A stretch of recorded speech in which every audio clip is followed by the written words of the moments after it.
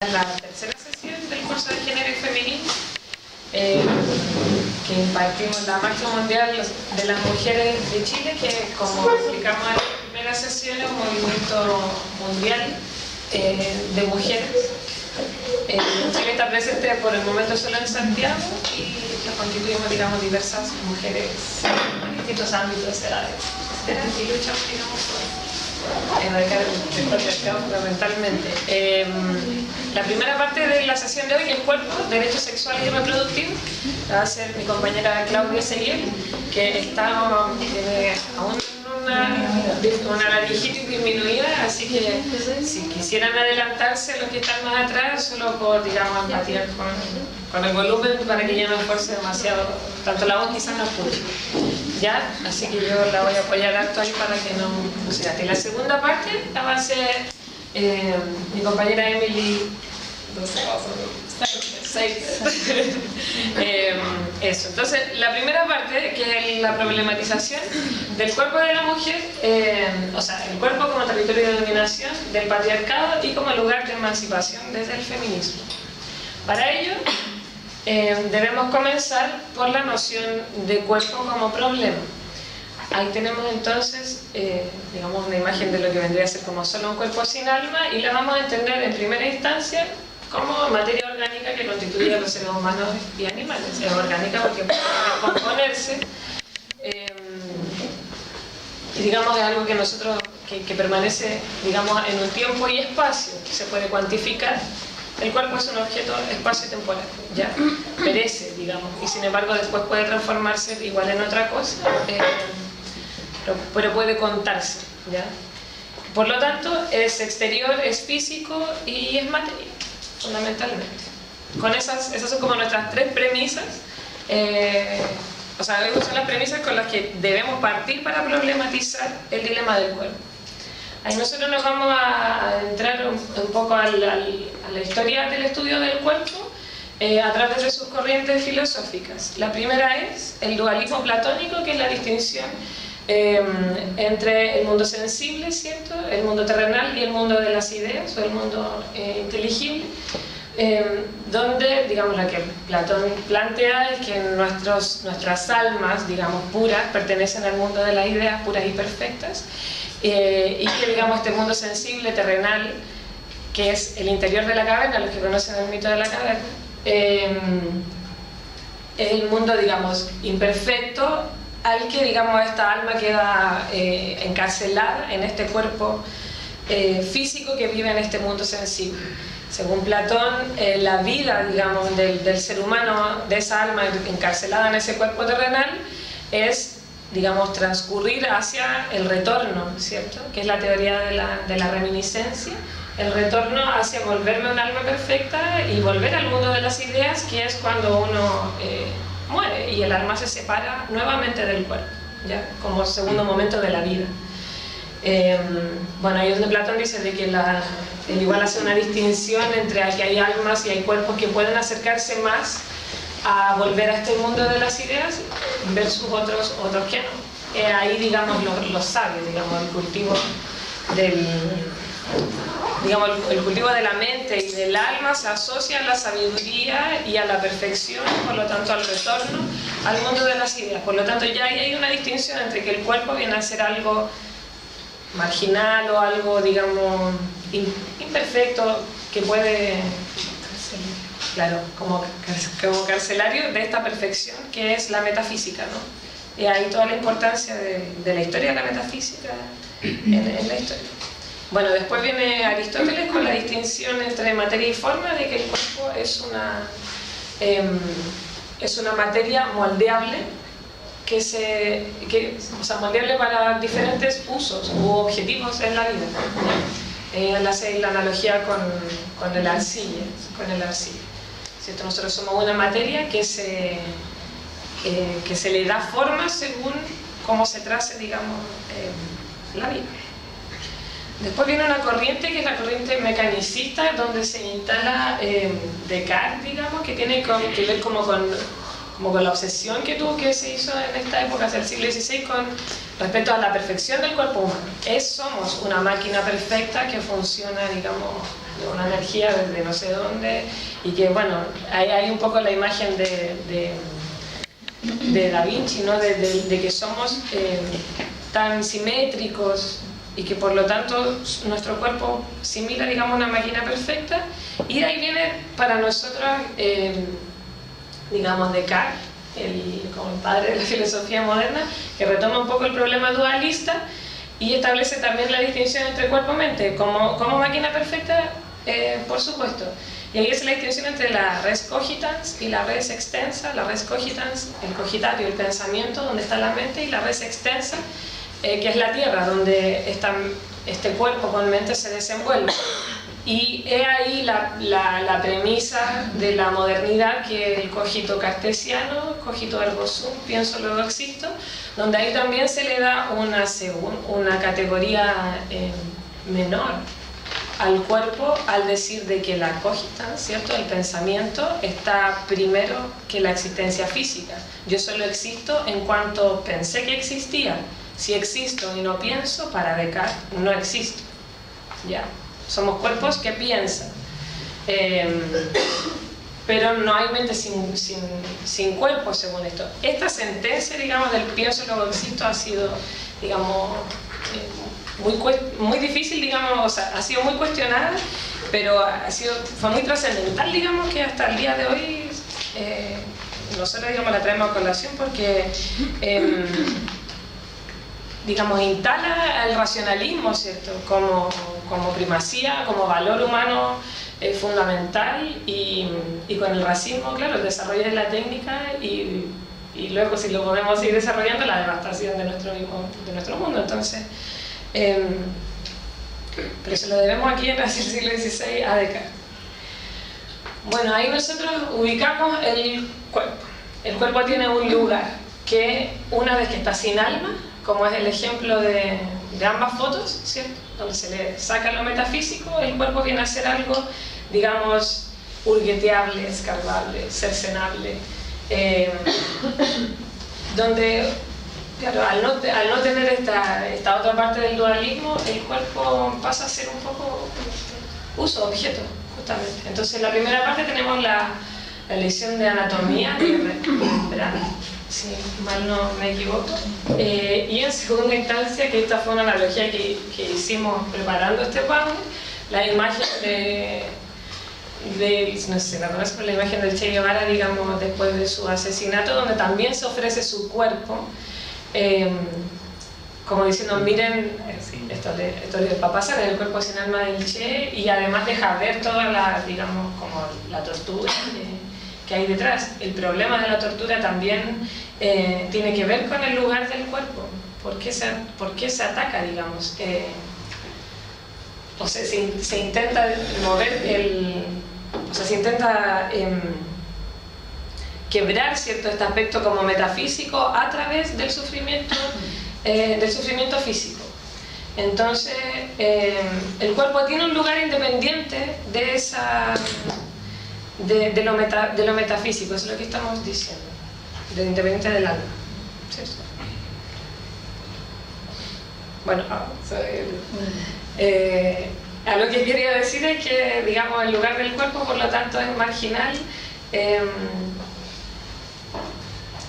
y es ¿cómo va?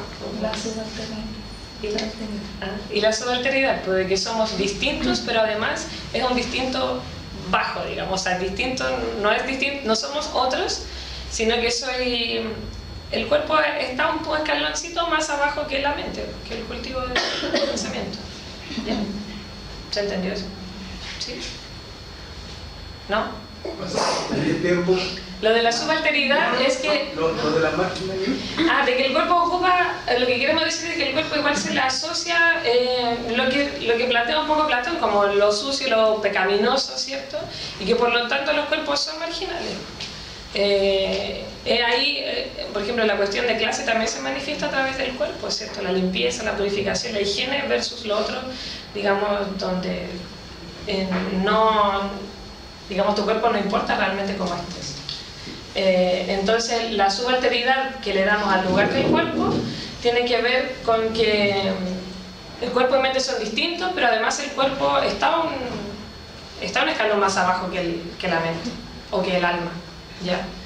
E insisto ahí con la primacía que se le da al estudio de la metafísica en general, además la historia del pensamiento, tanto en Chile como en el mundo. O sea, la metafísica es una cuestión sumamente estudiada, lo material también, por supuesto, pero el cuerpo pasa a ocupar un lugar ahí como bien extraño, justo por su relación, digamos, con el alma. Entonces finalmente se lo margina un poco. ¿Ya? Bueno, y que los primeros antecedentes marcan una historia que luego se intenta modificar a través de las contribuciones contemporáneas. Entonces el concepto de cuerpo le queda chico a la teoría de la corporeidad, que viene a decirnos que cuerpo ya no solamente nosotros, sino que la sala es un cuerpo, la ciudad es un cuerpo, lo urbano es un cuerpo, lo rural es otro cuerpo. Entonces por eso se habla de la corporeidad, de lo corpóreo, como para ampliarlo como categoría de análisis. Entonces hay distintos autores que sitúan a la corporeidad como un significante sociocultural, es decir, que a través de los vestigios que hay materiales, físicos, de las transformaciones, nosotros podemos ir a hacer estudios sociológicos, antropológicos, arqueológicos, etc. Todos los estudios que tienen que ver más con el trabajo en terreno. También es una constante histórica porque, claro, a partir de los mediados de 1900 es que se empieza a resituar al cuerpo como un concepto que tiene validez, y que ya dejémonos de hablar de razón y de alma y de intelecto y de pensamiento y de cosas que se la ha situado como fuera de un cuerpo. Entonces como constante histórica quiere decir que es efectivamente un concepto material. Y claro, en una categoría de análisis, y ahora más contemporáneamente hay un filósofo mexicano que se llama Arturo Rico Bobbio, que él trata un poco de romper este esquema de los dualismos y de los binarios, de que cuerpo y mente, pensamiento, movimiento, y él integra el concepto de valencias corporales, y lo que quiere decir es que hay un cuerpo, existe un cuerpo, o existen muchos cuerpos, que tenemos modalidades de ser. Entonces hay un pensamiento que es corporal, un sentimiento que es corporal, y ya no es solamente un pensamiento de un alma que es superior al cuerpo. Y a partir de, bueno, aquí también una mezcla con el pensamiento de Marx, que supongo que lo conocen porque suena harto. Carlos Marx habla un poco de la alienación y nosotros lo situamos en la alienación de los cuerpos. Y él, sin querer hablar de cuerpos, estaba hablando de los cuerpos. Pero como digo, recién a mediados de 1900 se empezó a utilizar el concepto de cuerpo para decir que eso siempre estuvo, pero que estuvo invisibilizado. Entonces se habla ahora de que el cuerpo es, esto es más de Foucault, ¿ya? De que el cuerpo es un asunto público y por lo tanto un asunto político. Y el cuerpo es un lugar donde se resuelve, se complejiza el poder, donde se diferencia, donde se hace hegemónico. El cuerpo es un lugar, y como lugar, al ser ocupado, ocurren distintas relaciones, y una de ellas es el poder.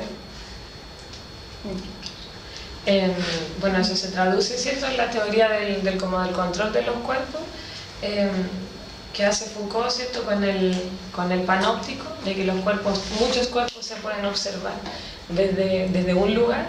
Y además, la segunda, el integrar el prefijo bios, ¿cierto?, a la política, de entender de que la política es sobre el cuerpo, es sobre el ser humano. Bueno, se entiende nuevamente de que el cuerpo, o sea, de que el poder se manifiesta a través de distintos dispositivos de control, y que nuestro cuerpo es aquejado, digamos, por uno de esos. Eso. Y finalmente de que nosotros consideramos... ¿Me explico un poco? Sí, que cuando hablamos de cuerpo, contemporáneamente es difícil asociar el cuerpo a algo que no sea la piel. ¿Ya? Entonces, cuando decimos que es una superficie expuesta, sometida a diseño, de nuevo el ejemplo de la tortura, porque cuando ocurre la tortura sobre un cuerpo, lo que se hace es marcarlo. y no se está marcando, se cree que no se marca psicológicamente, bueno, no vamos a hacer la distinción, es todo uno. Y por eso es superficie expuesta sometida a diseño. Entonces yo puedo diseñar, no sé, una mujer del barrio alto que se viste de tal manera, como también puedo diseñar a la pobladora que resulta que su vestimenta es mucho más precaria, y así a eso nos referimos cuando hablamos que podemos moldear el cuerpo de distintas formas.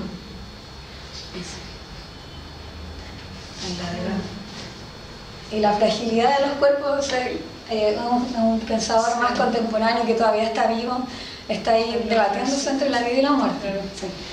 Y su teoría es muy importante porque él hace un análisis de los tiempos de guerra que vivieron en Europa, y él dice ya, ¿qué son los cuerpos después de la guerra?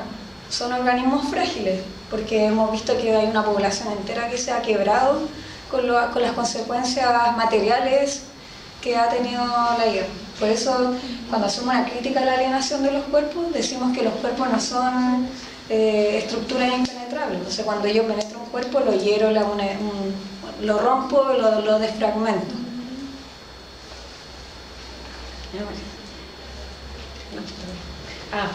Bueno, entonces,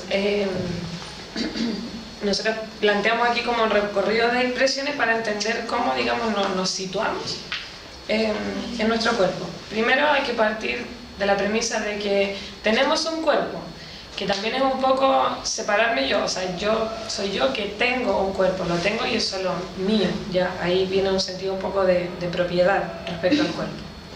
En segunda instancia, de que soy un cuerpo, ahí ya no me separo tanto de la materia, y efectivamente lo que soy, mi mente, el aspecto, digamos, espiritual,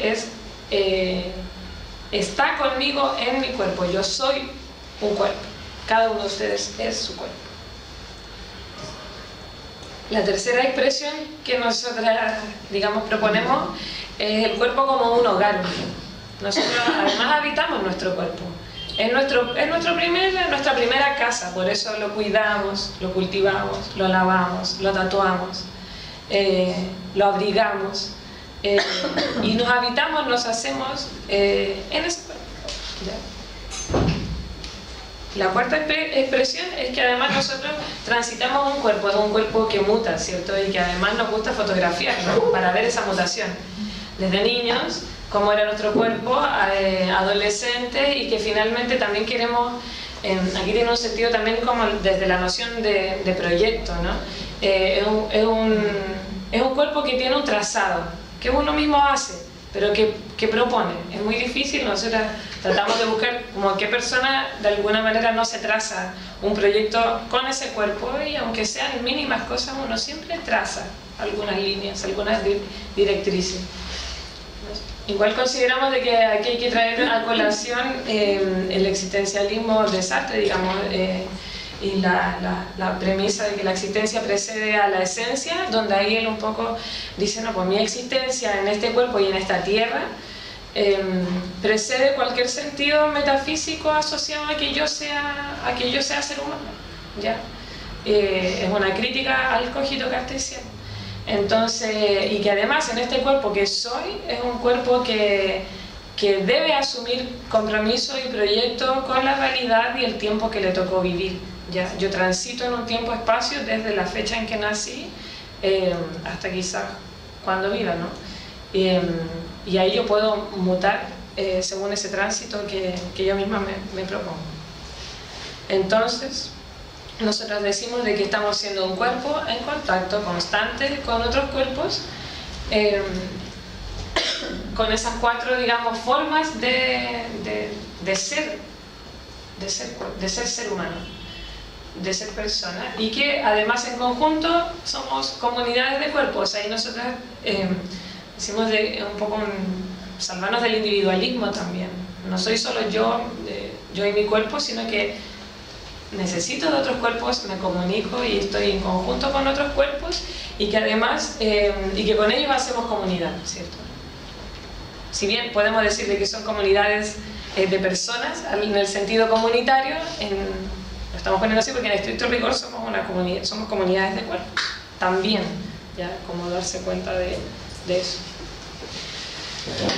Bueno, aquí ya viene la arista que es la que nosotras nos interesa, que tiene que ver con la construcción del cuerpo de las mujeres.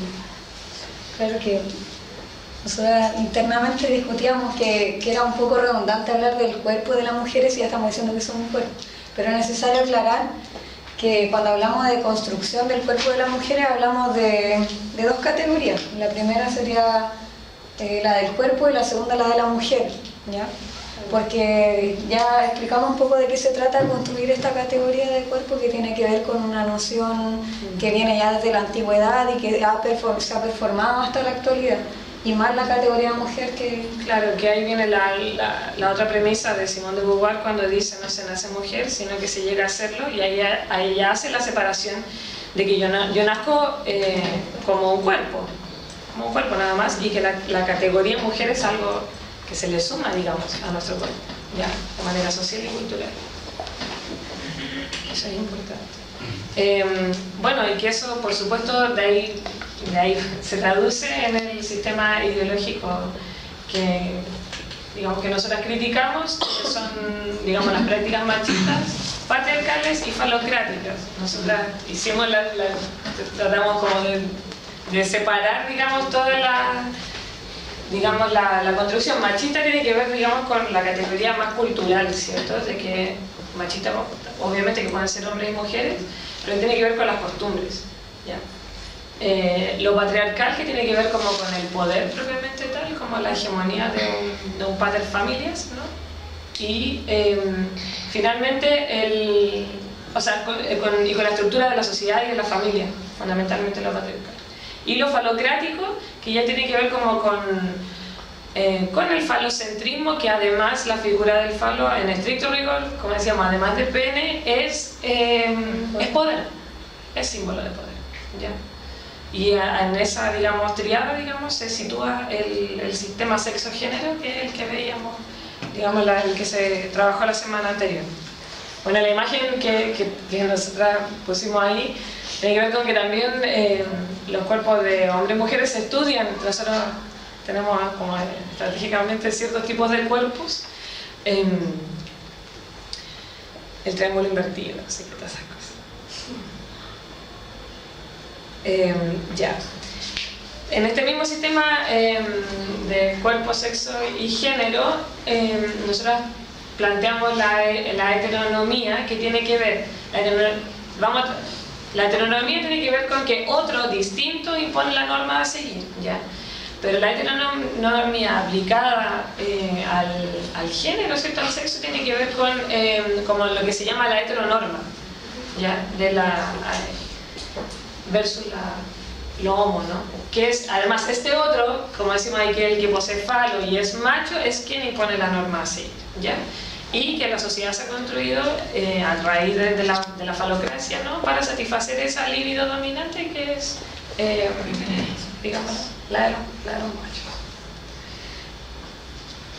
Y otro concepto que es importante rescatar es el de la dominación simbólica, porque si bien hemos tratado de resituar un poco el concepto de cuerpo y decir que siempre ha existido pero que estaba invisibilizado, lo que hace Bourdieu con el concepto de la dominación simbólica es que amplía un poco el concepto de la dominación misma, para decir que incluso está ahí donde tú no la estás viendo, ¿ya? Es como un virus, ¿ya? Entonces hay una expresión de un filósofo americano que dice que la ideología se expanden como un virus, que nadie la ve, nadie la toca, pero sin embargo todos hablan por su boca, ¿ya? Como todos nosotros en este mismo momento probablemente tenemos ciertos gestos en el mismo lenguaje, la forma de vestirnos, la forma de relacionarnos, que son efectivamente dominantes o están del lado de lo dominante o de lo dominado. Entonces, con el concepto de dominación simbólica lo que hace es un poco introducir cómo es que a través de distintas instituciones que nosotros las compartimos, las vivimos, reproducimos esta dominancia que es del falocrático, del machismo y del patriarcado. Bueno, y ahí también voy a partir como por Aristóteles. que se entiende además a la mujer como un espacio de privación. La mujer se entiende como un hombre mutilado, ¿cierto? Para Aristóteles, en este cuerpo que adquiría forma, ¿cierto? Si su cuerpo es tan distinto, digamos, y está mutilado en comparación de la mujer no puede ocupar el mismo espacio que el hombre y por lo tanto se la priva, y bueno, ahí ya vamos a hablar sobre la distinción de los públicos, ¿no? Y que se traduce luego en la teoría psicoanalítica cuando Freud plantea de que la mujer la define por su oposición al hombre, digamos, lo que la mujer no tiene falo, por lo tanto tiene un falo hacia adentro que viene a ser el útero, y de hecho la enfermedad, lo sé, como el nombre de la histeria, para el que no sabe, como que viene de histeron, que es útero en griego. Entonces, digamos, se estudia a la mujer como problema, porque la mujer era principalmente, de hecho la primera, la primera con la que se aplicó el método psicoanalítico, porque era la de los síntomas y manifestaciones nerviosas, neuróticas. Y ahí Freud, digamos, en toda su teoría psicosexual, se la atribuye, digamos, a que la mujer no tiene el mismo desarrollo sexual del hombre y que, digamos, porque naturalmente somos distintos. Bueno, a partir de todos estos conceptos, y retomando el concepto de enajenación, nosotros hablamos de la enajenación de los cuerpos. Y el concepto de enajenación habla más o menos de que si existe un centro y nosotros somos la periferia, a nosotros se nos saca de nuestra periferia para situarnos en torno a un centro. ¿Ya? Eso es más o menos la explicación gráfica de lo que es enajenar a otro cuerpo. Es como colonizarlo para desposeerlo y para un poco conducirlo hacia conductas que tienen que ver más bien con un poder totalizante. Y esa conducta se expresa a través de la propagación de una norma. Yo, ser humano, no asumo mi educación ni mi salud, sino que la delego. Y además nosotros, seres humanos, aceptamos el castigo como por desacato a la norma. Hay normas que son respetadas, que están validadas y que son enjuiciables, ¿no? Ahí la ética, y ahí viene todo el dilema, ahí viene la condena a la diferencia, justamente. Todo aquel que se escape de lo normado va a ser condenado. Ahí un poco lo queer que se trató la semana pasada, pero esto que queremos plantear va hacia la homogenización, que es lo que nos representan las imágenes, ¿ya? A que vayamos, digamos, todos, que parezcamos todos más o menos iguales, homogéneos, de que no nos falte nada, ni tengamos mucho, digamos, a un cierto grupo de personas, ¿ya? Eso es enajenar los cuerpos, centralizar. Bueno, y ahí nosotras traemos esta imagen como para analizar entonces todo lo que está detrás, digamos, los poderes fácticos que están detrás de esta enajenación de los cuerpos. Y ahí tenemos, claro, varias cosas. Primero, digamos, está el lado del poder, que está representado con los medios de comunicación, por supuesto, el poder económico, ¿cierto? El poder de la iglesia, el poder político, el poder judicial, que así mismo se llaman, ¿no? Poderes del Estado, legislativo y judicial. Bueno, pero primado por el poder económico, traducido en la guerra, ¿cierto? Pero que sin embargo también tiene una serie de cuerpos militarizados, ¿no? Homogeneizados de su lado, ¿ya? Versus el lado más pequeño del dibujo, que son una comunidad de cuerpos, que es lo que planteábamos al principio. Donde ahí, claro, no hay ninguna representación. Eso es, la enajenación también. Vemos de que del lado del poder sí pueden haber rostros y personas, digamos, individuos, ¿cierto? Mientras que de este lado, no, pues somos un conjunto nomás de cuerpos, ¿ya? Somos un cuerpo, compuesto por muchos cuerpos. Sí, el concepto de población, por ejemplo, tiene mucho que ver con eso, de que nos han homogeneizado para tratarnos de una forma categóricamente mucho más simple. Entonces cuando uno dice la población evita decir que María, que Juanita, que Rosa, ¿cierto? Entonces tiene que ver un poco con eso. Hay que de repente examinar el lenguaje para ver cómo es que se ha ido construyendo, y por eso es importante rescatar el concepto de la dominación simbólica, que es un poco de eso, de como rescatar lo que ha sido invisibilizado. Bueno. Que ahí vamos a hablar un poco de las distintas instituciones modernas, porque esta es una categoría más bien moderna. Ahora vemos que hay muchas instituciones más y probablemente otras que no son instituciones, claro, que son empresas también, claro, pero tradicionalmente vamos a tratar algunas instituciones que operan esta enajenación de los cuerpos. Claro, en primera instancia, ¿cierto? Tenemos la familia como primera institución de socialización a la que todos desde pequeños, ¿no? Que, claro, como institución se la cuestiona a partir de sus roles fijos: padre, madre, hermanos, hijos, hijo-hija, ¿ya? Que también es una distinción importante de hacer, donde se manifiesta la distinción entre lo público y lo privado, que es del sistema sexo-género, ¿ya? El hombre está relegado, ¿cierto?, al espacio público y la mujer al espacio privado. Y eso también se traduce en la educación que se otorga a los hijos, al hijo o a la hija, ¿no?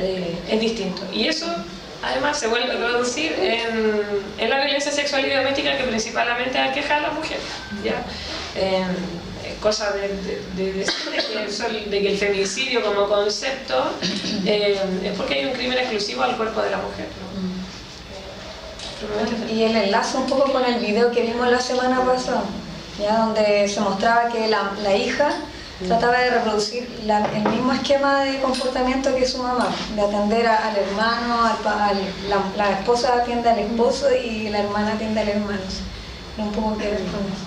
Bueno, y ahí está la guía de la buena esposa, que quizás alguno sabe de su existencia, que era un manual, ¿cierto? Para mantener un marido feliz, ¿no? Que se propagó en la población. Bueno, como segunda institución, la escuela, que ya desde lo que plantea Foucault con el panóptico, ya como que se evidenció un poco esto de la institución de control que significa la escuela, pero que claro, es fundamentalmente instrucción de los cuerpos, tanto de homogeneizarlos a nivel del uniforme, ¿cierto?, pero que también instala la moral femenina y la moral masculina. Las mujeres ocupamos jumper, falda, los varones pantalón, ¿cierto? Hay una lucha ahí media arcaica. Yo soy profesora y he tenido que pedir, así, velar porque mis alumnas puedan ocupar pantalón en el año 2013. Así como yo me escucho a mi bebé diciendo así, por favor, déjenla ocupar pantalón en invierno, porque tampoco lo harían todo el año, ¿ya? También lo que se exacerba acá es que, digamos, los chicos en su etapa adolescente también exacerban esta moral masculina y femenina. No todos, ¿cierto? Siempre hay los raros del curso que pueden marginarse un poco de esto, pero en su mayoría nuestra representación de un curso es que están las chicas maquillándose con su gran cosmetiquero, ¿cierto?, con la falda más corta, alisándose el pelo, versus los chicos tirando papeles, tirando cubos, competencia de qué sé yo, jugando a la pelota, sudando, etcétera, etcétera, ¿ya? Y que claro, siempre hay gente que rompe, por supuesto, estos esquemas en cada escuela, pero que sin embargo las mismas chicas, así como, no, hay que llevar sillas para allá, no, que la lleven los hombres. Esto sucede en colegios mixtos, o sea, el ejemplo de esa distinción. También en la educación física, cuando en algunos había profesora para las mujeres y profesor para los hombres, y bueno, siempre hay problemas ahí, como que si tocaba el profesor hombre de educación física y las chicas se pasaban siempre ahí como lados. Pero la cosa es que la escuela, mediante inspectores, profesores, directivos, modela o instala esta moral femenina y masculina, ¿ya? Y con eso también una represión de la sexualidad, por supuesto, ¿ya? Hay muchas escuelas donde se reprime también el pololeo, así como que no te puedes besar apasionadamente en el patio de la escuela, por el ejemplo que estás dando, y que además la moral femenina, nosotras en el análisis consideramos de que a la mujer principalmente es quien recibe esta represión de la sexualidad, porque es quien la hace performance, ¿no? Digamos, porque la maquillamos, somos mujeres y tenemos que hacernos mujeres, ¿ya? En cambio, el hombre no tanto. No quiero decir que ellos no sean reprimidos sexualmente en otros aspectos, y que yo realmente no soy un chico violento y me violentan, mis compañeros me dicen, oye, mira la mina rica, y eso a mí no me importa. También, por supuesto, voy a ser reprimido un poco sexualmente, pero, digamos, no vive la parte como de la performance, que es como con la primera menstruación, y que yo me recuerdo cuando en mi escuela una vez fueron así como a regalarnos una charla solo para mujeres y una solo para hombres, donde nos regalaron así como el primer desodorante y una toalla higiénica, y así como, ya, tú eres mujer, como, sé lo más parecida a esto, ok. ¿Ya? Y con eso, por supuesto, se nos enseña este rol de sumisión y obediencia, de que no podemos hacer fuerza, de que hay que acatar la norma. Bueno, y la sumisión y obediencia también es para hombres y mujeres. Digamos, el colegio, la escuela nos enseña a hacer caso, a quedarnos callados cuando otro está hablando, a no decir malas palabras, grosería, a no golpear, y que eso es como ley para la sociedad, ¿no? La tercera institución que también representa esta enajenación de los cuerpos es la ciencia. Nosotros, bueno, por nuestra formación quizá un poco más de la filosofía que tenemos Marisol y yo, nosotros hemos leído un poco de un autor que se llama Juan Francisco Lyotard, y con él comprendimos un poco el tema de la legitimación, ¿ya? Y cuando hablamos de que las ciencias son una de las instituciones que enajenan fácticamente el cuerpo de la mujer y también de los hombres, queremos decir que lo hacen a través de los discursos, que son discursos de poder, de que se plantean desde la hegemonía, ¿ya? Así, por ejemplo, el discurso de la medicina moderna, en algún momento lo que hace, bueno, ahí pusimos una imagen, es como, intentaremos salvar cuerpos a como dé lugar, ¿ya? También la farmacéutica, entre otros. No quiero solamente hablar de las ciencias, entre comillas, duras, también las ciencias sociales han sido en ciertos aspectos un poco discriminadoras con las mujeres, porque si nosotros empezamos a hacer una revisión, un detalle genealógico de cómo ha sido la historia epistemológica y de las ciencias, en general no aparecen mujeres. De hecho, en nuestra escuela filosofía no habla mucho de las filósofas, sino que de los filósofos y de los pensadores. Hay una imagen, una escultura que es la del pensador, o sea, el pensador tiene falo, ¿ya? Y por eso hablamos que lo que se legitima finalmente es lo que tiene que ver con ese discurso de ese poder que está probablemente científicamente comprobado y que construye una verdad. El concepto de la sexología, por ejemplo, lo que hace es validar de que la sexualidad es un asunto también político de poder, y en donde biopolíticamente las ciencias pueden introducirse y hablar de ella, y a partir de eso construyen una verdad y te dicen, no sé, que solamente, no sé, el ejemplo que da la Marisol de que van a su colegio y le dan toalla higiénica y desodorante, o sea, eso es construir una verdad, y es decir, esto es, ¿cierto? Y no mostrar un poco como la amplitud de opciones que hay con respecto a esto. Y con las comunicaciones y la publicidad es un ejemplo ya que lo tenemos, o sea, en todas partes, o sea, no podemos ser un ciego. De hecho pusimos que fue súper polémico, este cartel de un diputado, de un concejal, claro, que él era todo terreno, y ahí hay como un tractor en el foto de la chiquilla. Entonces, bueno, esto es un poco una vulgarización de lo que pasa siempre, ¿no? A veces pasa como en un sentido más sutil. Ahí, nuevamente, que operar así dominación simbólica tampoco es como entrar en un análisis paranoico, pero probablemente a veces hay que ver más allá de lo que nos está mostrando. Y sobre la demagogia y control de masa ya está de más decirlo, porque... Claro, perdona, igual se traducen como varias cosas, sobre todo, digamos, a través del consumismo, de la publicidad, el sexismo del cuerpo de la mujer. Y... claro, esa era como la imagen que traduce, ¿verdad?, con la que íbamos a tratar lo del consumismo. El valor del consumismo es fundamentalmente para las mujeres. Y de hecho eso ahora ya se transvaloró, ¿cierto? Como dirían.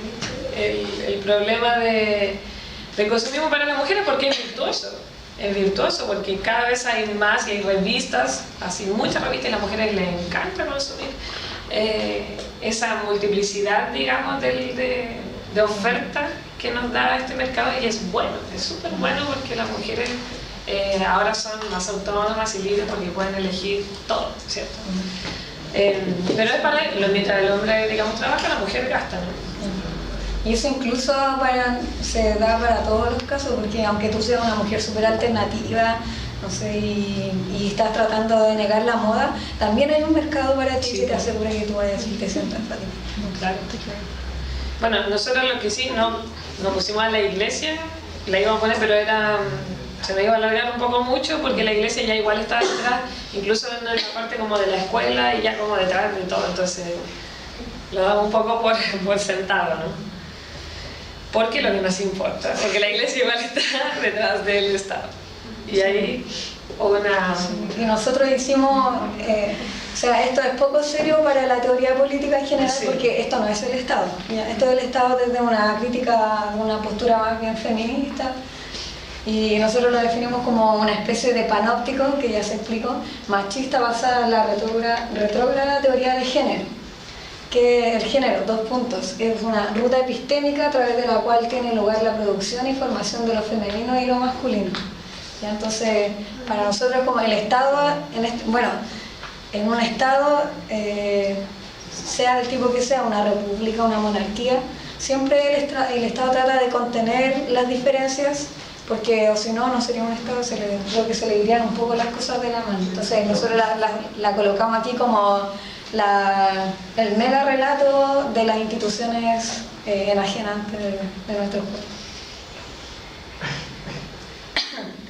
Y con esta imagen tratamos de decir un poco que, claro, el de chaqueta blanca es como entre un presidente y un mafioso, que no sería muy distinto, ¿ya? Y atrás está la iglesia, que es lo que tratamos de sacar para que no alargar tanto. Bueno, ahí están, no sé qué son, buitres, algunos pájaros así medio oscuros. Y lo que se trata de representar acá es que la sexualidad, a través de la imposición de la norma de no al aborto, de que tu mujer no puedes decidir por tu cuerpo, por el cuerpo que estás siendo y devienes, lo que se hace es que esa sexualidad se concatena como un espacio de poder, ¿ya? O sea, no solamente en el aborto, sino también en tu menstruación, en tu menopausia. Hay un montón de pequeños momentos de tu vida sexual, y también para los hombres con el axe y otras cosas más. Y no estoy muy enterada de todas las cosas que existen para hombres y mujeres, pero con la masturbación, claro, lo que se dice con el placer. Con el placer, claro, que hay una represión estatal de la sexualidad, tanto de los hombres como de las mujeres. Bueno, y ahí se manifiesta una vez más lo que estamos hablando de la enajenación, ¿no? De descentralizar, y nosotros, todas esas personas que están ahí, centralizan, porque delegamos el poder, y ellos nos dicen eso y nosotros decimos, bueno. Y ahí ya viene como el rescate, ¿no? Claro. Que más bien como propuesta, o sea, ya criticamos la heteronorma, pero también queremos hablar de la autonomía, que es el espacio que, si nosotros nos situamos desde el auto, que es el sí mismo, generamos un espacio de resistencia con nuestro propio cuerpo, ¿ya? Y ahí quisimos rescatar la expresión de este cuerpo es mío, yo decido.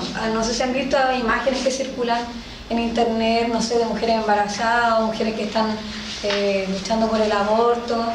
Es una expresión muy recurrente, ¿ya? Nosotros queremos rescatarla un poco por las críticas que se le han hecho, que también se puede ver así como de una perspectiva más neoliberal, del sentido de la propiedad privada. Este cuerpo es mío, entonces yo hago lo que quiero. Porque también, ejemplo que le daba a Marisol, que podría venir Polman y me dice, este cuerpo es mío. ¿Cuál cuerpo? Chile. No sé, mío, entonces yo pongo un supermercado donde quiera, ¿ya? Queremos como resignificar este cuerpo es mío y colocarlo en un sentido de la apropiación de sí, y para eso hablamos un poco más del cuerpo que estoy siendo, es el que decide. el que es mío. Claro, el que es mío, para tratar como de limpiar un poco esa imagen.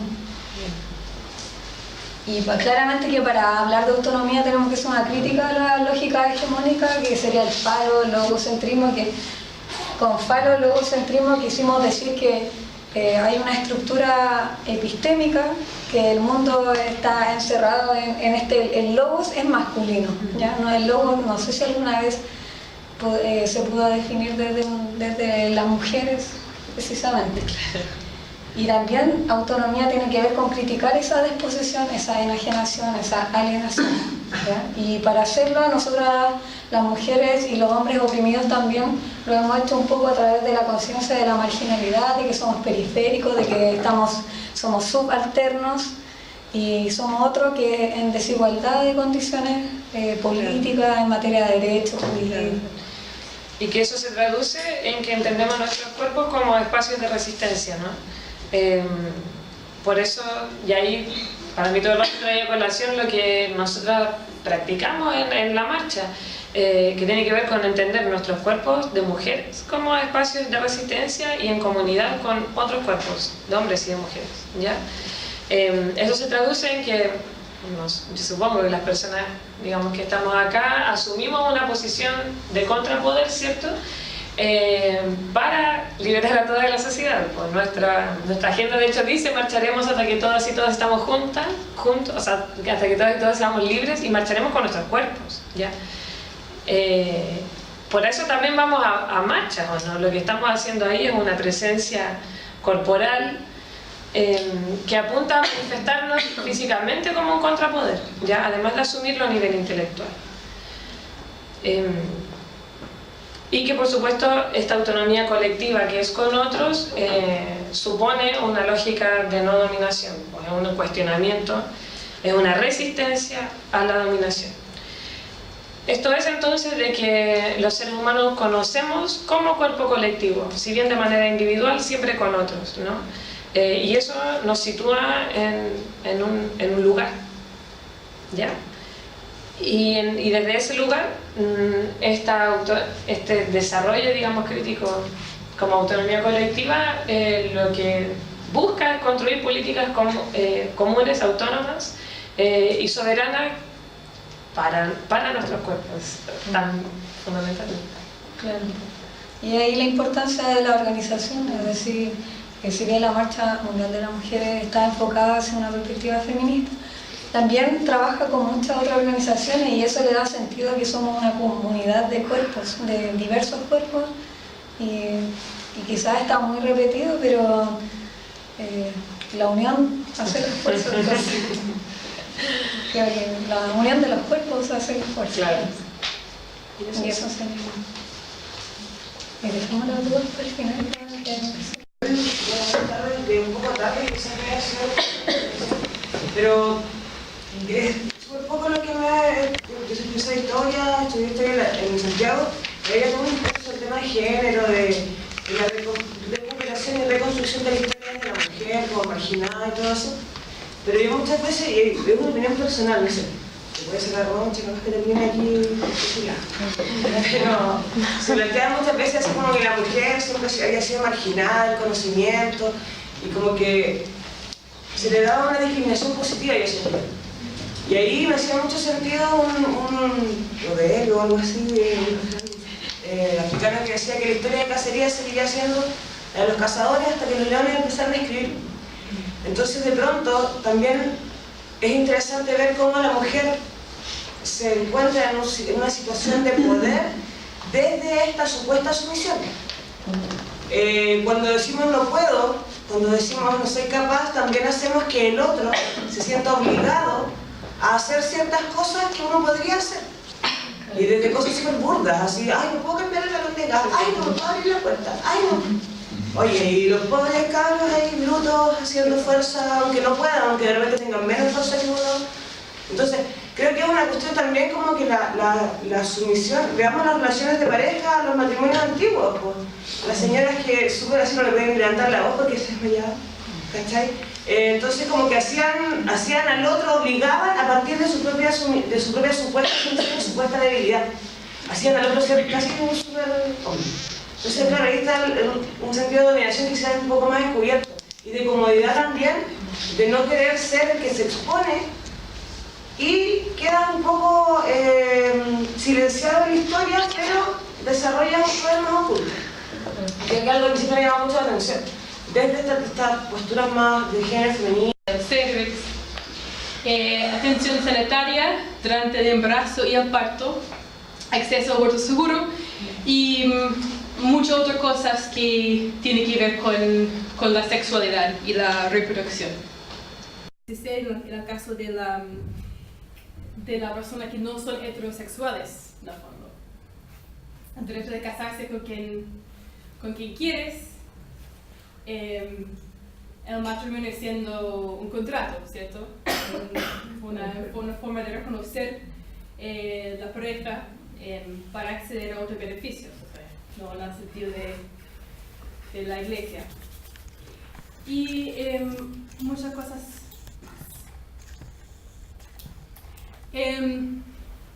Aquí hay un tema muy importante que tiene que ver con la relación entre la gente y el Estado, que siempre va a ser un poco complejo.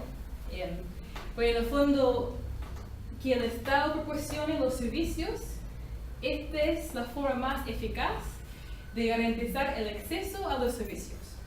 Entonces, por ejemplo, el tratamiento para el VIH es muy caro. Entonces, se ve casi imposible que una persona sola costee el servicio o, claro, muy difícil que lo paguen en el fondo. Entonces, lo que se hace es que eso está garantizado dentro de los sistemas de salud. Eso permite que, o sea, la idea es que todas las personas pueden acceder a ese servicio. Pero, por supuesto, porque el Estado es el centro de poder, hay muchas instancias para violaciones de los derechos de las personas. Entonces, es por eso que la participación de las personas es necesaria. Y yo creo que es algo que en Chile siempre hablamos de la participación, ¿cierto? O sea, se supone que todas las instituciones tienen que tener un comité ciudadano, un grupo de personas que participe en las políticas, ¿cierto? Pero en el fondo eso no ha funcionado, o sea, acá no tenemos una participación plena de las personas. Y esas cosas, o sea, podemos pensar en muchos ejemplos en que estos dos poderes se ponen en conflicto, en el fondo. Entonces, por un lado, queremos que el parto sea seguro, siempre. Pero también queremos que sea bajo las condiciones que las mujeres quieren. Entonces, las mujeres que quieren, por ejemplo, parir en la casa o según las tradiciones de su cultura, esos son derechos que tienen. Pero hay que buscar la manera en que eso también sea seguro. Que es algo que se ha hecho en distintos lugares. Si tú vas a Holanda, por ejemplo, la mayoría de las mujeres tienen sus hijos en la casa, pero tienen una red para derribar a las mujeres en caso de emergencia. Entonces, así logramos que las mujeres paren totalmente bajo la condición que ellas quieren, pero así eliminamos cualquier riesgo que pueda existir. Lo mismo con los anticonceptivos, o sea, en el fondo queremos que estén disponibles para las mujeres que lo quieren ocupar, pero sin coerción, que es lo que sucede sobre todo en los sectores más pobres, ¿cierto? Que a las personas, a las mujeres, sobre todo, las obligan a usar ciertos métodos. Y lo mismo con el tratamiento para el VIH, eso queremos que se ofrece, pero también queremos que se ofrece sin estigmatizar a las personas. Y eso requiere un trabajo continuo con los profesionales de la salud, que muchas veces tienen mucho miedo del VIH. Tenemos los derechos reproductivos y sexuales, y también tenemos lo que se llama la justicia reproductiva. Y eso, por un lado, es un reconocimiento de que opresión reproductiva es el resultado de la intersección de distintos tipos de opresión. Entonces, que las personas no tienen acceso a ciertos servicios, por ejemplo, eso no solamente está relacionado con una condición de género, pero también con la etnia, con la clase social, etc. Entonces, reconociendo que es así, efectivamente, entonces tenemos la obligación de luchar para que no sea así, en el fondo. Entonces, aquí queremos reconocer que sin la justicia reproductiva no hay justicia social, porque en el fondo, mientras existen diferencias importantes dentro de grupos distintos, es imposible que la gente pueda tener realmente un ejercicio pleno de sus derechos sexuales.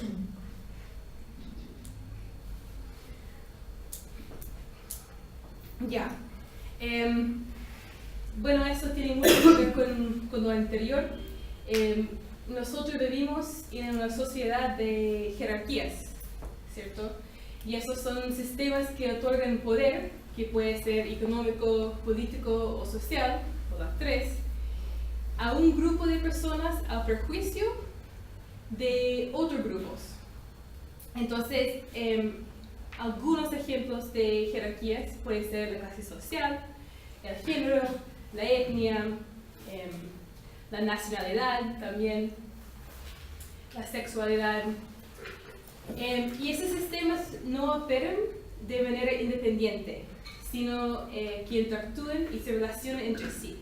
Entonces, no es lo mismo ser una mujer de la clase alta que una mujer de la clase trabajadora, por supuesto. Y no es lo mismo ser una mujer de la clase trabajadora que es chilena que una mujer que es peruana. Entonces se van sumando un poco estas jerarquías distintas. Entonces, en la práctica, esto implica menos protecciones, por ejemplo, con los métodos de prevención del embarazo dentro de ciertos grupos, menos acceso a servicios dentro de esos grupos y más efectos a largo plazo. Entonces, bueno, la idea acá es que con menos poder que tú tienes, poder económico, político, social, te cuesta más evitar el embarazo. Si te quedas embarazada, te cuesta mucho más acceder al aborto seguro, si es lo que tú decides. Y los efectos para ti a largo plazo van a ser peores. Entonces, una mujer que tiene más plata, si ella tiene un hijo no deseado, es muy distinto que la mujer que no tiene plata, ¿cierto? Implica que va a impedir, o sea, su desarrollo económico en todo sentido, o sea, va a ser muy difícil estudiar, va a afectar a los trabajos que puede tener, etc.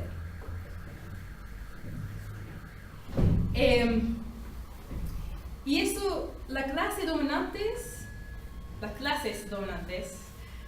tratan de controlar la reproducción de la clase trabajadora, o las clases trabajadoras, puede ser, para sus propios fines. Y eso es algo que siempre ha existido. Por ejemplo, tenemos ejemplos que son políticas que vienen directamente del gobierno, como por ejemplo el bono del tesorería. Eso es una ofensa. O sea, ¿qué hace con 100 lucas? No puede hacer nada con eso. Y eso, yo quedé muy sorprendida cuando yo fui a buscar esa información, porque yo no sabía que es 100.000 para el primer hijo, y es 150.000 para el cuarto y 200.000 para el quinto. Entonces te van premiando por cada hijo que tienes. Pero bueno, o sea, yo creo que aquí la gente sabe lo que está pasando también. O sea, es obvio que aquí están intentando de incentivar la natalidad, ¿cierto? Están incentivando que la población crezca. Y eso no es la única forma de hacerlo. O sea, yo no creo que la población en Chile debería crecer. O sea, ya somos suficientes acá. O sea, no necesitamos más personas. Pero si lo queremos hacer, lo podemos hacer con la inmigración, por ejemplo, que es lo que se hace en otros países. O sea, en Canadá, por ejemplo, incentivan la inmigración de las personas jóvenes. Pero acá no creo que vaya a pasar eso. Bueno, y por otro lado, tenemos políticas que traten de limitar la natalidad, ¿cierto? Como la imposición de la esterilización o de los métodos semipermanentes, se dice, como los dispositivos. Y eso vimos sobre todo, bueno, eso todavía pasa en otros países. En Perú, hace poco yo vi un reportaje sobre ese tema. Y en Chile también. En Chile hubo muchos casos de mujeres que fueron esterilizadas simplemente porque el médico decidió que, bueno, ya tiene muchos hijos. Y lo mismo con los dispositivos, por ejemplo. Que el tema no es el método en sí, pero, por ejemplo, si yo quiero ponerme el dispositivo, yo lo puedo hacer y puedo ir a sacármelo mañana, ¿cierto? Pero si tú eres una mujer pobre, ya tienes varios hijos, te atiendes en el sistema público, a lo mejor no te van a sacar el dispositivo. A lo mejor dicen que no, nomás. Entonces, porque no son métodos que la mujer misma controla, ahí se pone un poco más complejo. Bueno, entonces tenemos políticas para incentivar o desincentivar la natalidad. La prohibición del aborto, en el fondo, es lo mismo. Aquí en Chile el aborto terapéutico, por lo menos, fue legal hasta el año 89. Si no me equivoco, fue el último acto del Pinochet. Y se implementó, en el fondo, porque se implementó, o sea, la ley de aborto terapéutico en el año 69, creo, y fue porque había una alta tasa de natalidad y había muchas mujeres que se hacían abortos clandestinos. Entonces, por esos dos motivos, hicieron esa ley. Y cuando ya llegamos al año 90, decidieron que en el fondo ya no era necesario restringir o no era necesario restringir la natalidad. Entonces aprobaron la ley que tenemos ahora, que es una prohibición total. Chile es uno de 5 países en el mundo en que el aborto se prohíbe en todos los casos. Los otros son Chile, Nicaragua, El Salvador, el Vaticano y Malta, parece que es aquí. En otros países, en todos los demás países, existe algún tipo de ley de aborto. Puede ser un caso de la salud de la mujer o en el caso de violación. Y por supuesto hay países que no tienen ninguna restricción. ¿Qué más? Bueno, tenemos por un lado las políticas oficiales de los gobiernos, pero también hay muchas políticas no oficiales, que no son decretos del Estado, pero podemos identificar patrones dentro de los servicios de salud o dentro de la sociedad en general. Entonces, hoy día en Chile todavía a veces salen casos de mujeres que viven con VIH, que fueron esterilizados sin su consentimiento, simplemente porque el médico decidió que no quería que ella tuviera más hijos. Entonces, por supuesto, no hay una política oficial, pero es algo que existe y sigue existiendo. Bueno, por supuesto, aparte de eso, tenemos mensajes en los medios, que en el fondo es otra forma de de controlar el discurso, ¿cierto? Y esos son mensajes que se repiten a un nivel más local, ¿cierto? O sea, sabemos que los jóvenes emiten mucho lo que ven en la tele. ¿Se acuerdan de ese episodio de los 80? No me acuerdo cómo se llama la niña, pero ella se queda embarazada, quiere hacerse el aborto, busca una clínica clandestina y lo va a hacer, pero llega él, la pareja, y dice que no, que no haga algo tan terrible, que vamos a tener hijos juntos, vamos a quedarnos juntos, va a salir todo bien. Y eso es el discurso que escuchamos siempre. O sea, de hecho yo no conozco, yo nunca he visto, pocas veces he visto en la tele una historia sobre una mujer que abortó y que no arrepintió después, que es otra cosa también que un mito también. O sea, por supuesto hay mujeres que se arrepienten, pero tú te puedes arrepentir de cualquier decisión, en el fondo. Entonces, cada mujer tiene que decidir qué es lo mejor para ella. Pero aquí tenemos una valoración cultural muy fuerte de la figura de la madre, ¿cierto? Y de un cierto tipo de maternidad. Que lo que contaron las chiquillas un poco antes, que en el fondo mujer es la que cuida a su familia, la que está en la casa, etc. Que las mujeres viven por sus hijos, para cuidarlos. Y eso puede ser la experiencia de algunas mujeres, pero no es todas las mujeres. Entonces se invisibilizan otras experiencias, como puede ser el aborto, pero también como otras formas de ser madre. Bueno, yo quiero profundizar un poco más en un derecho en particular, que es el aborto. Sabemos que las mujeres siempre han abortado y siempre lo van a hacer. Han tenido siempre sus métodos para abortar, algunos más efectivos que otros. En los últimos 50 años, sobre todo, se han visto grandes logros, tanto en la prevención del embarazo como el acceso al aborto. Pero todavía sigue siendo muy difícil para que algunas mujeres tomen sus propias decisiones. Aquí, bueno, ya les conté sobre los 5 países del mundo en que el aborto es ilegal, pero también es importante destacar que el estatus legal del aborto en un país no tiene relación ninguna con la tasa del aborto en ese país. Es decir, las mujeres abortan si es legal o no.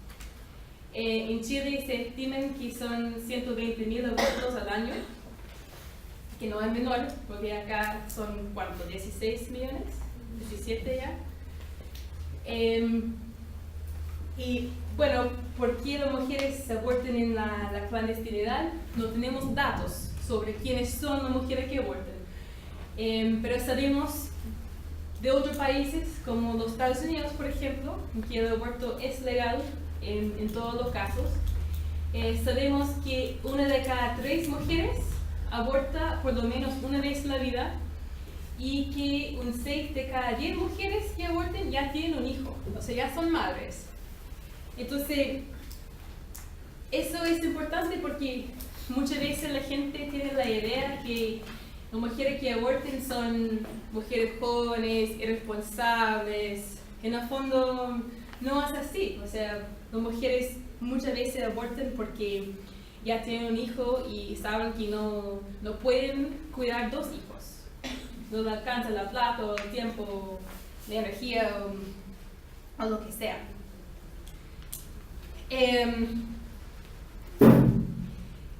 Sabemos que el embarazo no deseado existe debido a las inequidades persistentes que existen en nuestra sociedad. Entonces, eso pueden ser inequidades entre las mujeres y los hombres. Esto implica que a veces hay ciertas conversaciones que a la mujer le cuesta mucho tener en el fondo. Entonces, si quieren usar un condón, las mujeres tienen que exigir al hombre que usa el condón. O sea, por supuesto hay hombres que quieren usar el condón, pero si él no quiere, ella tiene que exigirlo. Y eso no siempre es tan sencillo.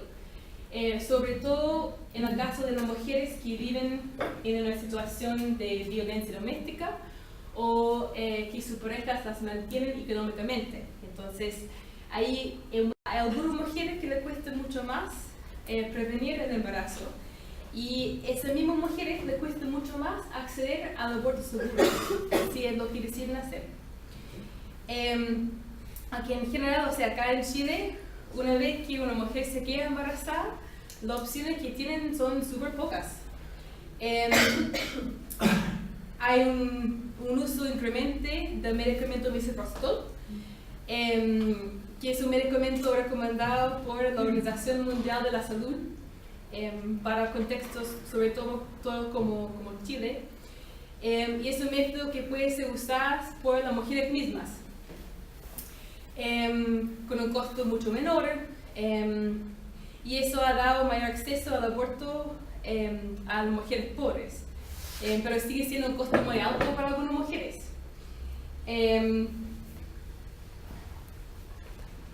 Y aún así, el nivel socioeconómico determina el nivel de acceso a la información que necesitan las mujeres para usar correctamente el misoprostol.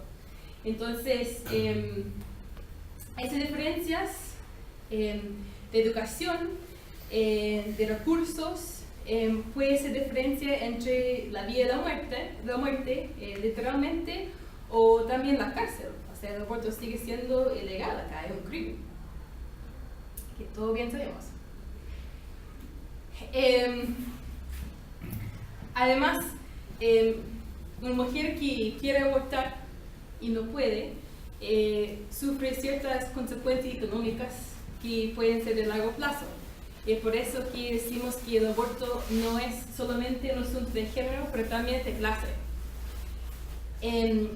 Si tenemos dos grupos de mujeres, las dos con embarazos no deseados, y un grupo excede el aborto y otro grupo no excede al aborto, el grupo que no pudo abortar, ahí tenemos efectos en la economía familiar, menos ingresos, más cesantía, menos oportunidades de trabajo y estudio.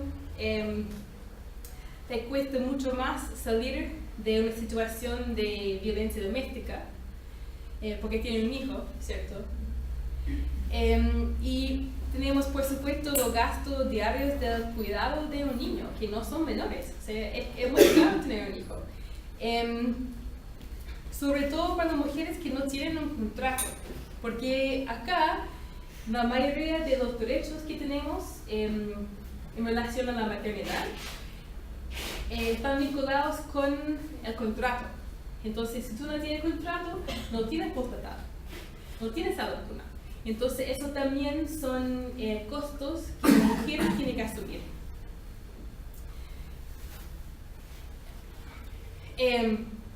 Bueno, como últimas consideraciones,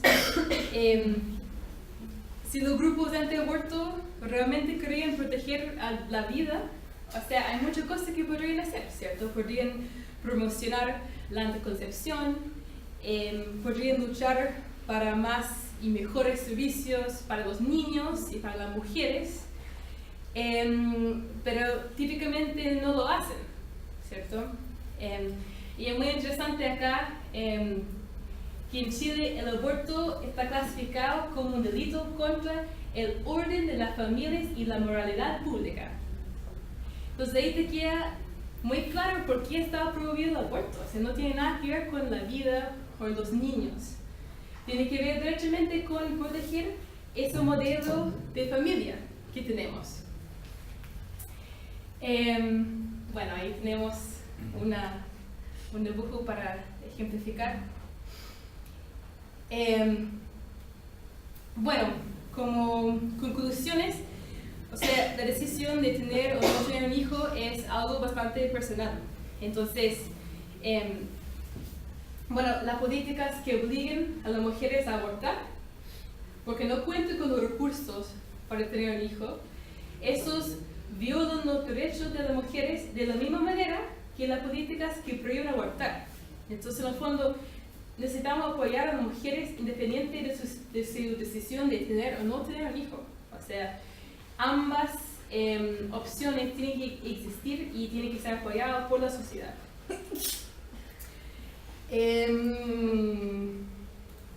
Eso es todo lo que tengo. Les quiero comentar que tenemos, si quieren más información sobre el aborto, tenemos algunos materiales allá. Tenemos el manual y tenemos unos folletos si los quieren llevar también. Si no sé si hay algún comentario, pregunta.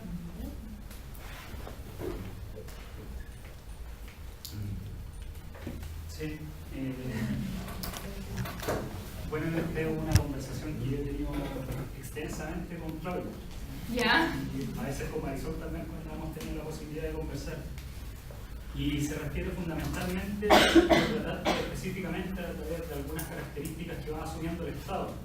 Y las chiquillas observaron todo el peso que significa el poder, la dominación, la colosal superestructura ideológica que se reproduce a través de los campos, de la escuela, la misma religión, distintas instituciones, y observamos que la mayor de estas es evidentemente el Estado. De ahí entran muchas preguntas, surgen muchas preguntas cuando hablamos sobre la estrategia para revertir este proceso de dominación. Ustedes, al menos Claudia y Marisol, aludieron precisamente al concepto de la autonomía de los cuerpos. Y ahí, necesariamente, ¿cómo no pensar en algunos filósofos que ustedes mencionaban, en un refugiarse en la sujeto o en el sujeto para generar procesos de resistencia? Sin embargo, creo que esa es una pregunta política, ¿ya? Que se significa a través de la necesidad de masificar idearios críticos, transformadores a nivel cultural y social. Sin embargo, desde mi punto de vista, nos quedamos un poco estrechos ante la necesidad de masificar idearios, en este caso feministas. ¿Y por qué no observar precisamente esos mismos campos, el de la escuela, el de los medios de comunicación, el de la familia, como campos de correlación de fuerzas, donde también se puede ejercer un contrapoder, pero constituyendo poder? Por ejemplo, en el caso del sistema educativo, no solamente observarlo como reproducción de la dominación, sino que también como válvula de escape para que emerja la libertad. Libertad expresada, por ejemplo, en centros estudiantiles o federaciones que promuevan políticas feministas. O, en el caso de las familias, una Claudia que va a una organización feminista y posteriormente comenta en el seno familiar y genera cambios de pauta. Entonces, observar también a los espacios que se despliegan socialmente como posibilidades también de libertad. Y ahí entonces la pregunta, y disculpen que me extienda tanto, va con respecto a la noción que tenemos de poder, porque ustedes tienen precisamente de poder. ¿Cómo observan esos campos? Porque en definitiva, imagínense, unas compañeras libertarias tienen mucho sentido esto. Decía, ¿por qué nosotros vamos a pedirle al Estado nuestra propia autonomía de nuestros cuerpos? Es absolutamente legítimo. Pero también no sería complementario dar la lucha en el Estado y ganar, por ejemplo, una ley de aborto que garantice a todas las mujeres que quieran hacerlo, tener la posibilidad para hacerlo. Entonces ahí hay una comprensión del poder que también me gustaría ver cómo ustedes la resuelven. Yo sé que, y con esto termino, en la práctica lo hacen. Por ejemplo, medios de comunicación contrainformativos, CERE. Lo mismo que significa su organización, generar espacios educativos. Pero eso yo no lo vi al menos, y es el límite de los filósofos de la posmodernidad. Analizan muy bien lo que significa lo biopolítico, cómo nos afecta la dominación en el ámbito más biológico, pero se quedan cortos al momento de observar la emergencia de un contrapoder, de una contrahegemonía.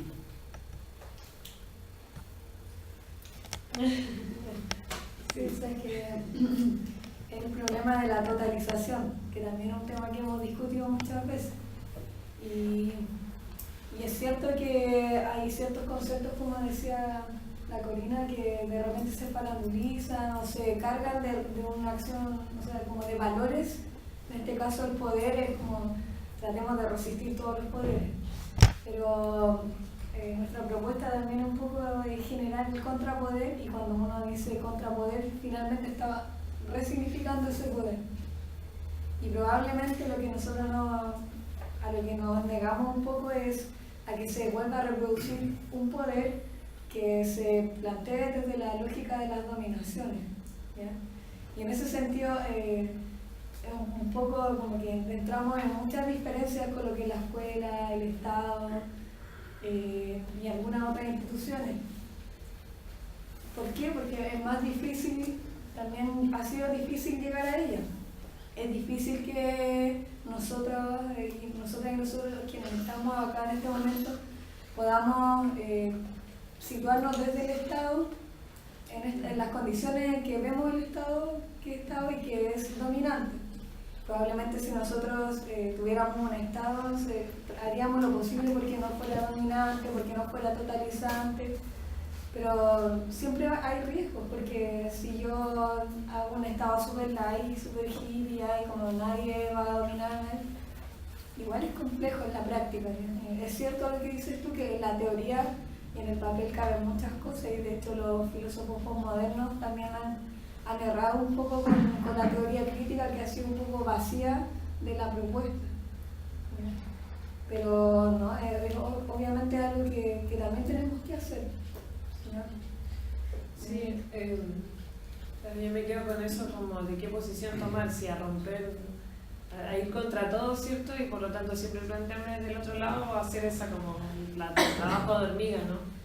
Y ahí lo que yo rescataba un poco de la educación sexual, que al menos, claro, si bien yo participo en la marcha, igual decidí y puedo estar en contra del sistema escolar. Quizás aquí hay más de un profe o algún estudiante de pedagogía que contra el sistema asume estudiar pedagogía, y eso no es otra cosa que someterte a un sistema jerárquico, y más en el estado de la educación en este país. O sea, y si uno quiere quizás trabajar mejor, igual vas a trabajar mejor en un colegio privado, donde los chicos van a pagar mucho dinero y tu trabajo va a estar valorado por eso, porque no estás educando a la clase proletaria, digamos. Entonces yo, o sea, al menos siento yo que a través de la educación sexual uno trata, inmerso de todo este sistema, uno trata de ejercer ese otro contrapoder que no es solo público y manifiesto.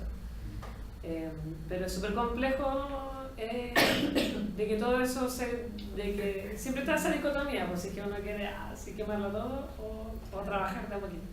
Porque al final, por ejemplo, si tú planteas el tema de las compañeras libertarias, de exigir, por ejemplo, políticas públicas de salud para las mujeres. No todas las mujeres son libertarias. Entonces uno no lucha solamente por las mujeres libertarias. Uno lucha por las mujeres que son pobres, precisamente por las mujeres de clase que no tienen el acceso de partida al aborto porque no tienen un acceso a la educación sexual clara, que tiene que ver con un tema de prevención también. Y lo mismo en el tema de la educación, pues, o sea, el movimiento estudiantil le exige al Estado capitalista una educación de calidad, pero en un Estado capitalista. Entonces, igual existe esa dicotomía en los distintos ámbitos de lucha que tiene que ver con que igual el trabajo de hormiga que nosotros venimos haciendo y muchas organizaciones vienen haciendo, yo creo que en este momento, en este periodo histórico en el que nos encontramos, es como la vía de escape que han logrado definir. Y en ese vía de escape han también empezado a generar o a discutir también el tipo del poder que se quiere construir, porque igual el tema del poder es súper complejo, porque hay organizaciones que reproducen el poder patriarcal, sean femeninas o sean mixtas, sean de mujeres solamente o sean de hombres. Entonces es súper complejo el tema del poder. Y yo respecto quizás al aspecto como teórico y filosófico, también uno tiene que entender, y algo que cuesta entender, pero uno, la filosofía al menos es aristócrata. O sea, eso uno tiene que tenerlo claro, ok, está el concepto de poder, pero normalmente quienes nos enseñaron lo que es la dialéctica, la enajenación y la alienación, no necesariamente la vivieron. Y nosotros tenemos saber filosófico, digamos, gracias a la instrucción, gracias al profesorado, ¿no? pero no necesariamente nosotros somos dignos de estudiar o de hacer filosofía. O sea, tenéis que puro pensar, pues las mujeres lo único que leían en un principio era la Biblia y novelas románticas. Claro. Entonces ahí uno también tiene que no solo ideologizarse, sino claro, entender eso. Y ok, mucha teoría, pero uno tiene que entender el origen del pensamiento de los filósofos.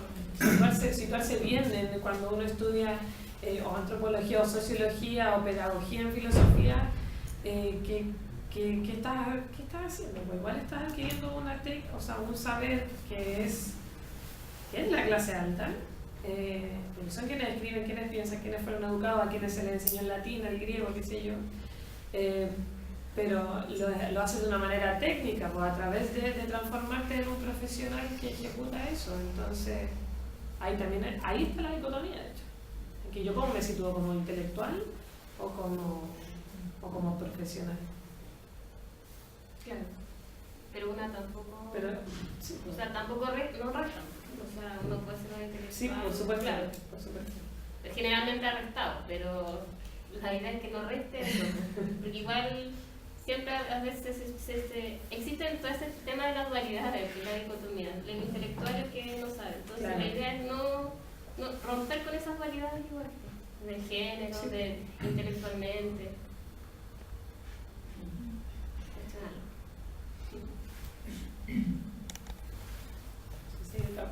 No sé, alguien más, porque nosotros podemos hablar, yo creo que bueno.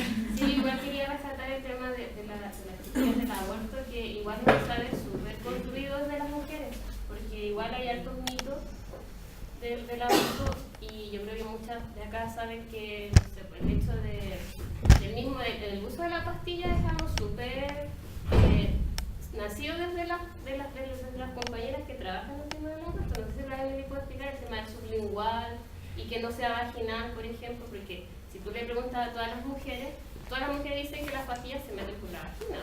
Claro. Entonces es un conocimiento que igual ha surgido desde las mujeres que trabajan en el tema, porque es súper importante. Claro, en el fondo, el misoprostol, o sea, se reconoce el primer uso de misoprostol para abortar, porque es un medicamento que fue inventado para otras cosas. Y empezaron a usar el medicamento en un grupo de mujeres en Brasil, porque cachaban simplemente que un efecto secundario de la pastilla era que provoca abortos. Entonces, tomando ese conocimiento, empezaron a experimentar en la forma. Y ahí llegaron a esos conocimientos, que en el fondo, cuando tú colocas las pastillas por debajo de la lengua, después no queda ninguna evidencia del uso. Entonces, esa mujer, si tiene algún problema, después puede irse a un hospital y los médicos no tienen cómo saber que usó misoprostol. Entonces, yo creo que en el fondo ese es el papel de los movimientos sociales. Es buscar ese tipo de estrategias para cosas como el aborto. En el fondo, yo creo que lo que estaba diciendo las chicas antes sobre el papel del Estado es un tema bastante complejo, pero en el fondo, si yo quiero hacerme un aborto, yo lo puedo hacer porque yo tengo los recursos y la información para hacerlo. Pero yo creo que la mayoría de las personas, las mujeres en Chile, no tienen ni la información ni los recursos. Entonces, por eso para eso debería servir el Estado, para que las mujeres, todas las mujeres en Chile puedan acceder al fondo. Pero claro, o sea, tiene que ser con la participación constante de los movimientos, en el fondo. Si no, va a ser bajo las condiciones que quiere o que son convenientes para el Estado y no para nosotros. Sí, porque el tema de las reivindicaciones sociales, por ejemplo, que tengan que ver en el ámbito salud, vivienda, educación, que el sujeto es el Estado, el que se le pide al Estado y a los gobiernos de turno, pero eso no quita de que se puedan generar o se pueda ir creando un proyecto alternativo de Estado que sí permita, por ejemplo, o que esos derechos estén asegurados para todo tipo de población, o quien dirija ese tipo de Estado. Entonces, históricamente igual el Estado ha sido Estado de Unidad Popular, está Frente Popular, que igual han sido distintos tipos de estados que han existido aquí en Chile. Entonces siempre el Estado ha sido como las reivindicaciones van así, pero eso no quita de que existan otro tipo o proyectos sociales alternativos, que igual en algún momento van a tener que entrar a pelear ahí, pues, a luchar por cuál tipo de Estado queremos, o qué tipo de Estado queremos, o cómo queremos el Estado. Entonces, en este contexto histórico que nos encontramos, es nuestra alternativa. Pero paralelamente se tienen que generar otro tipo de alternativas, como estos espacios, por ejemplo, de formación política, que son súper importantes. Porque yo estudié historia, pero mi sujeto, o sea, igual conocía el tema de género, lo conocí por parte individual, o sea, como le pasó a la Marisol. Entonces, como que hay que ser busquilla igual. Y se agradecen este tipo de espacios que van generando otro tipo de información y de conocimiento. Porque aquí igual es un conocimiento colectivo. No es tampoco un conocimiento individual y hegemónico, sino que es un conocimiento súper colectivo desde nosotros.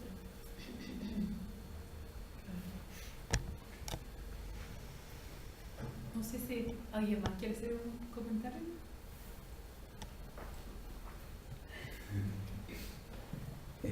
Yo quiero aportar algo. ¿Yeah? O sea, como un tema en torno al criterio a la hora de abortar. O sea, tengo una duda, porque en realidad varias veces se habla del lado de la mujer a la hora de tomar la decisión, pero en realidad de repente la pareja es la que tiene el proceso en curso. Entonces, a la hora de tomar la decisión, la mujer siempre o sea, es la que corta el pique, o sea, la que elige si abortar o no. Pero ¿qué decisión se puede hacer? O sea, ¿cómo hacerlo si es que el hombre en realidad quiere tener el hijo? O sea, es como difícil a la hora de plantearse por ese lado o por ese punto de vista. O sea, porque actualmente en la sociedad que tenemos se puede dar el otro caso, de que el hombre sea el que no quiere tener el hijo y el hombre se va nomás, o sea, y se tacha al hombre de maricón o sea, es mal visto. Entonces, yo creo que, o sea, no sé cómo plantearlo, pero en realidad a la hora del hombre querer tener el hijo, la mujer va a decidir y va a decir, no sé, pues yo no quiero tener el hijo. Entonces, es un tema muy complejo, muy interesante, yo creo. Y yo no tengo una respuesta fácil a esa pregunta, en el fondo. O sea, pero yo pienso que en el fondo, o sea, las consecuencias de tener un hijo siempre van a recrearse en la mujer, en el fondo. O sea, la mujer que va a tener que llevar el embarazo, el parto, y puede tener la garantía oral que el hombre le va a apoyar, pero no tiene ninguna garantía en la práctica. O sea, un hombre perfectamente puede decir, bueno, ya sí, te apoyo en todo, y después se va. Y por supuesto hay muchos hombres que no, hay muchos hombres que apoyan plenamente a su pareja en ese proceso, pero las consecuencias siempre van a ser de la mujer en el fondo. Entonces eso ya crea como una desigualdad de poderes. Entonces por eso que nosotros decimos en el fondo que por eso mismo es la mujer que tiene que tomar la decisión. Pero yo también me puedo poner al lado de un hombre que realmente quiere tener un hijo y está dispuesto a asumir ese cargo. Es complejo, pero como es una mujer que siempre va a querer la... Además complejo por los conceptos, por ejemplo, aquí se habla de maternidad, ¿cachai? Siempre es como la mujer la que tiene el hijo, o sea, es maternidad, no existe otro concepto para que la maternidad sea colectiva. Entonces yo, por ejemplo, tengo el caso de un amigo que quiere ser padre, pero no quiere tener una pareja, pero no puede tener hijos porque es hombre. Entonces ahí entra el conflicto de que las mujeres... Tampoco existe, no ha evolucionado, yo creo, el rollo de la maternidad en función de que hay hombres que sí quieren ser padres y solo ellos quieren ser padres, no quieren tener una pareja, por ejemplo. Porque las mujeres pueden hacerlo porque biológicamente podemos tener un hijo con quien se nos plazca en realidad, si queréis tener un hijo en realidad. Entonces también tiene que ver con lo que hablaban las chiquillas de estas construcciones morales también, de los cuerpos, porque al final se categoriza que el cuerpo de la mujer para ser madre y que solo la mujer tiene que ser madre, y tiene que ver con que y ahí se complejiza un poco el tema de que el hombre que quiere ser padre no puede decidir un poco en el cuerpo de la mujer que no quiere ser madre. No sé si me entendí, pero también tiene que ver con un rollo de los discursos que se han ido gestando en el transcurso de la historia, de los roles que nos han separado. Que la mujer es la madre, el hombre es el proveedor, y por ejemplo tenemos casos de que es bacán los papás y todo, pero los papás son de fines de semana nomás a veces, y de ciertas horas. Entonces eso tampoco es ser padre, porque los padres tienen que criar también. O sea, si una pareja se separa, el padre es capaz de dividirse la semana, por ejemplo, con la madre. En mi caso es así, por ejemplo. Pero es un caso súper excepcional, o sea, yo igual es súper excepcional. Entonces, porque también ha sido trabajado con los compañeros y en la familia, por ejemplo, de generar distintos otros conceptos u otros formas de maternidad y de crianza de un hijo. O por ejemplo las crianzas de los niños, las chiquillas hablaban de la educación de los adolescentes, el hombre, si la mujer bien femenina, el hombre bien masculino que juega la pelota. Pero acá, ¿cuántos de ustedes cuando una hermana o un primo tiene un hijo le regalan el rosado para la niña, el celeste para el niño, o la muñeca para la niña, el auto para el niño? Entonces igual sin querer vamos reproduciendo igual esas lógicas, porque los colores no tienen sexo, los colores son colores nomás. Repite así como un ejemplo que lo discutimos preparando la ponencia, tiene que ver con con el embarazo adolescente, digamos, respecto al cuerpo, la mujer es quien se embaraza, tú nunca sabes cuál es el hombre embarazado, que está acompañando el proceso, digamos, que va a ser papá también, nunca lo sabes, a menos que te lo diga. Entonces eso se traduce, digamos, en la escuela, en que tú, claro, hoy la niña embarazada y le ponen la silla que no sea tan helada y no se siente en el suelo, y cuídense de que el cuerpo, por favor, ayuda a los compañeros, de que tomen desayuno, de que la bien. Y sin embargo, a la par hay dos chicos en el mismo curso que van a ser papás, y para ellos no hay ninguna consideración especial. Nadie sabe, de hecho uno se entera mucho después de que ese adolescente también va a ser papá, y no hay apoyo, no hay red tampoco.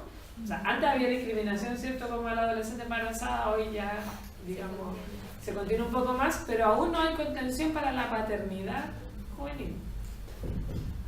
Y eso también es... O sea, contarnos lo que tú decías de que los papás se hacen cargo los fines de semana, eso también pasa por un tema institucional, o sea, dentro de lo público que hablan ustedes, siempre se favorece a la mujer. Sí, yo conozco muchos casos que los papás quieren hacerse cargo directo de los hijos, pero no pueden por el tema de las leyes, por lo político. No, y es lo que decía yo un poco de que nosotras las mujeres muchas veces, o sea, también hacemos un instrumento de dominación muchas veces a los hijos, respecto a la relación de pareja, a los qué sé yo, mil cosas. Y nosotros tampoco creemos de que el hombre puede criar bien.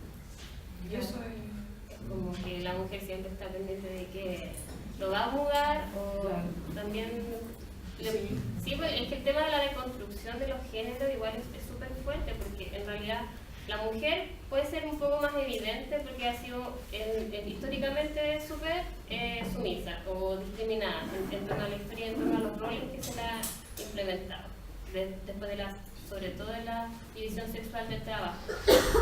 Pero el hombre igual tiene que deconstruirse en función de una sociedad nueva, por ejemplo, o de generar otro tipo de Estado. Porque es más difícil quizás porque son los que detentan el poder, dentro de la familia, dentro de la escuela, dentro de las ciencias, por ejemplo, dentro de la política, dentro del Estado. Pero igual son ejercicios que son difíciles de hacer y que son complicados, porque es difícil de construirse dentro de una sociedad que todo el día te está diciendo cómo tienes que ser o no. O liberar el sesgo digamos, de que estos conceptos del feminismo son solo para mujeres. Claro. Nosotros creemos de que ojalá la mayor cantidad de hombres sean antipatriarcales y feministas. Ser antipatriarcal no es algo solo de mujeres. Oye, con respecto a eso, lo que tú estás diciendo ahora de que también los hombres dejen de ser antipatriarcales, O sea, sean dejemos, Claro. al momento de plantear el aborto y esas cosas, ¿no sería bueno también plantear el caso del hombre dentro del aborto, o por ejemplo hacer el cambio cultural y dejar de que al hombre sea tratado de un maricón a la hora de no querer tener un hijo, por ejemplo? Porque es su cuerpo también, es su decisión. O sea, yo creo que si la mujer puede tomar su decisión sobre su cuerpo y decir yo no quiero ser mamá, el hombre también puede decir yo no quiero ser papá. Y a lo mejor la mujer va a asumir y va a querer ser dueña de su cuerpo y va a tomar la opción, pero el hombre también debería tener esa noción de poder elegir. Claro. Sí, también puede ser legítimo que solo ella quiera tener. Y tiene que ver con una autonomía de los cuerpos. Ahí tiene que ver, cuando esa decisión es súper consciente, también tiene que ver con que uno tiene autonomía sobre su cuerpo.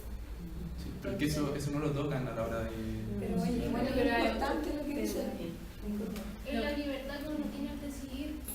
O sea, aquí en este país nosotros no sé, si uno no tiene la opción de decidir legalmente si abortar o no abortar, no tiene un trato seguro.